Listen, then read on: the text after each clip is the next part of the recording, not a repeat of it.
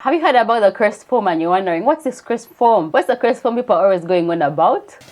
Hello, my name is Sisi and I'm a Ugandan medical doctor. I'm currently working and training in the UK as a core psychiatry trainee. As a requirement to enter specialty training, applicants must show evidence to demonstrate that you have foundation professional capabilities. What does this mean? Remember that British medical graduates have 2 years of foundation program. So this is what is called internship in other countries, or like a house job. Before you can apply for specialty training, you have to prove that you are equally as qualified as someone who has gone through the foundation program. There are 5 ways to prove this. The first one is that you're currently on a foundation program. It's actually possible to do this if you're an IMG. The second is that you have already completed a foundation training program. The third is that you're already in a specialty training post. So for instance, you want to change and apply to something else. The fourth is that you are reapplying to a specialty that you previously resigned from. If none of these apply to you, then you will need a Certificate of Readiness to enter specialty training. This is what most international medical graduates will require.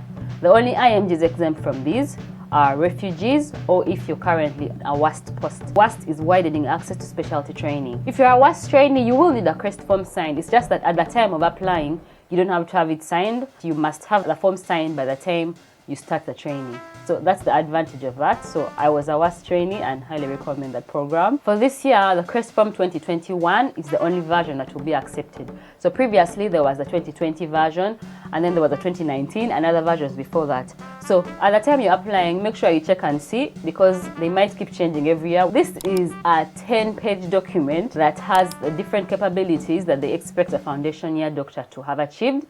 It's basically things like history taking, physical examination, infection control, teaching, audit. It's pretty straightforward. For most of the things, you're not going to have a hard time getting them, especially if you worked as a doctor. The form can be signed by a consultant or an equivalent. For the purposes of this form, they consider a consultant, a GP, academic professors, medical superintendent, clinical directors, or a locum consultant if they have their CCT. They must have worked with you for at least 3 months continuously in the period of 3.5 years prior to the application. You can have this form signed from abroad, but for last year, for instance, they said if you've worked in the UK for at least 3 months clinically as a doctor, then you couldn't. You had to have it signed by a UK consultant. And if you'd worked for less than 3 months or you hadn't worked in the UK, then they would accept the form to be signed from abroad. So for your form to be valid, they must tick either personally witnessed or evidence received. So if they tick anywhere that they're unable to confirm, then your form is not going to be valid.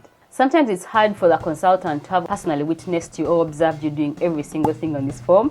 So this is why there's the option of evidence received. You can get evidence from another doctor who has observed you and give it to this signing consultant to sign on their behalf. So for instance, the doctor can only be an ST5 or above. So you can get a reg on your ward. If they've seen you doing something, you can ask them to sign something for you, and then you give it to the consultant who will be signing your form. The consultant will tick evidence received. At the end of the form, the consultant has to fill in exactly who they received the evidence from. So there has to be proof that that consultant is on the specialty registrar. If they are abroad, then you have to provide proof of registration of that consultant from whatever medical regulatory body. I'll link down below exactly where you can get the full form from. But when I looked at the form, or when I think about the process I went through to get the form signed, there are certain bits that I felt were harder than others. The first one is where they say you should be trained to give ALS and lead a team. In my undergraduate medical education, we didn't have a lot of ALS. Like, we had advanced life support training, but in practice there wasn't a lot of like a MET team or like a crash call team where you actually lead that team, and I found that this would have been hard to get signed from abroad. In my job, I first worked in psychiatry, and also in psychiatry, it was hard because we didn't actually have MET teams, we didn't have crash calls. Most patients are physically well in psychiatry, so if anyone got really unwell, then we'd send them to A&E or send them to another hospital. When I moved on to an acute medical post, then I did have this form signed easily because I got ALS training done that was funded by the study budget, quality improvement project, and an audit. So at the time I applied, for me, quality improvement project was not compulsory, but doing an audit was. So I did do an audit, and this would have been hard for me also to do from abroad because we didn't really emphasize a lot about audits in my medical education. End of life care, palliative care, and DNA CPR decisions. That's do not attempt resuscitation decisions. So previously, before I came to the UK, we didn't have a lot of discussions about this. We didn't even have forms for this. So personally, in my own experience, I didn't have much experience of this. But when I worked in acute medicine and I worked in a geriatric ward, this was basically almost like daily life. We had to be making these decisions, talking to relatives, talking to patients, and having these forms signed. So give me a thumbs up if you like this video. I will now share tips on how to get the form signed. The first tip is choose a specialty where you can easily get these forms signed. In my first job in the NHS, my first post was in psychiatry, and I tried to get my form signed, but a lot of things were like impossible. For instance, the DNS CPR things I'm talking about and the end of life care, it was almost impossible in psychiatry. So if I'd had a job where I'm going to work only in psychiatry, then I would have struggled to get this form signed. I later on moved to acute medicine, where it was much easier because most of the components in this form is things that we are doing on a daily basis. Speak to your consultant at the induction meeting.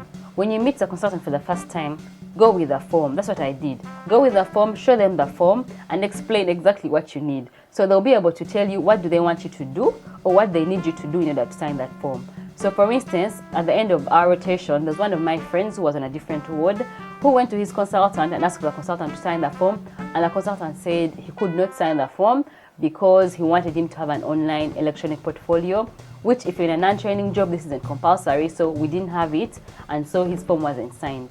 So make sure you speak to your consultant ahead of time, and so they can tell you what they need you to do to sign the form. In relation to this, tell the consultant exactly what you need, and then they'll be able to help you. So for instance, when I knew I needed to do an audit, I spoke to the consultant. I told them, you know what, I need to do an audit. So the consultant was very helpful, and they actually got the idea of what kind of audit I could do. They got me the data, they got me in touch with the audit department, and they were really, really helpful. So it's best if you explain what you want done or what you're lacking, so they can show you how to do it, and then you have your form signed easily. Ask a consultant who seems friendly. So you know guys, there are different kinds of people in this world. There are some people who are more approachable, who are more willing to help, and there will be people who are like more difficult. So my advice is that follow your instincts, and if you look at someone or if you work with someone and you feel like they might have a hard time, obviously give it a go and ask them and see, so that if they refuse, then you know not to waste your time with that person.